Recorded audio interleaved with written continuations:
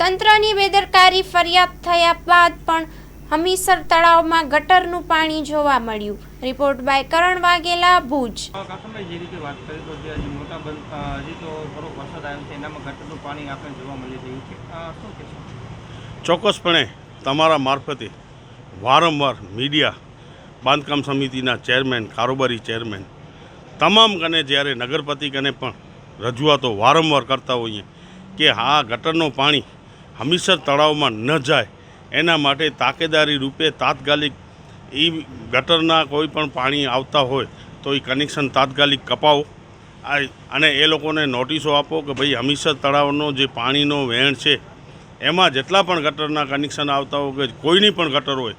તો એ કપાવી જોઈએ એવી રજૂઆત આજથી 4-5 મહિનાથી સતત અમે કરી રહ્યા છીએ। છતાં આ નગરપાલિકાના પદાધિકારીઓનો પેટનો પાણી નથી આલ્યો। આ અંગે અમે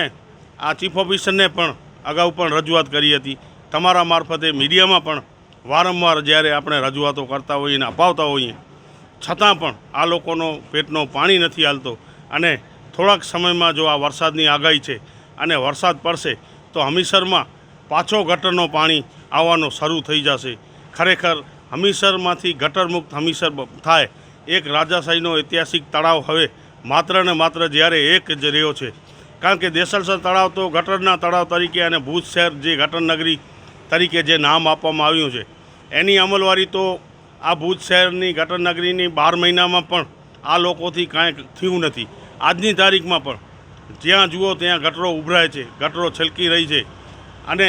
શાંતિનગરનો તળાવ જુઓ તો એ ગટરના પાણીથી ભરેલો, દેસલસર તળાવ ગટરના પાણીથી ભરેલો, દોસરાઈ તલાવડી પણ ગટરના પાણીથી જ્યારે ભરેલી હોય અને હવે હમીસર તળાવ અને છતડીવાળો તળાવ જે છે બાકાત છે બે, એમાં પણ જ્યારે ગટરના પાણી એના પણ આવના છેલ્લામાં જ્યારે ગટરના પાણી ખુલ્લેઆમ આવી રહ્યા હોય તો નગરપાલિકા ખરેખર વિચારી અને લોકોના આરોગ્ય સાથે ચેડા ન થાય એ પહેલાં આ ગટરના પાણીનો નિકાલ કરી અને હમીસરમાં વરસાદી પાણી ચોખ્ખું આવે એવું આયોજન કરે એવી અમારી માંગ છે।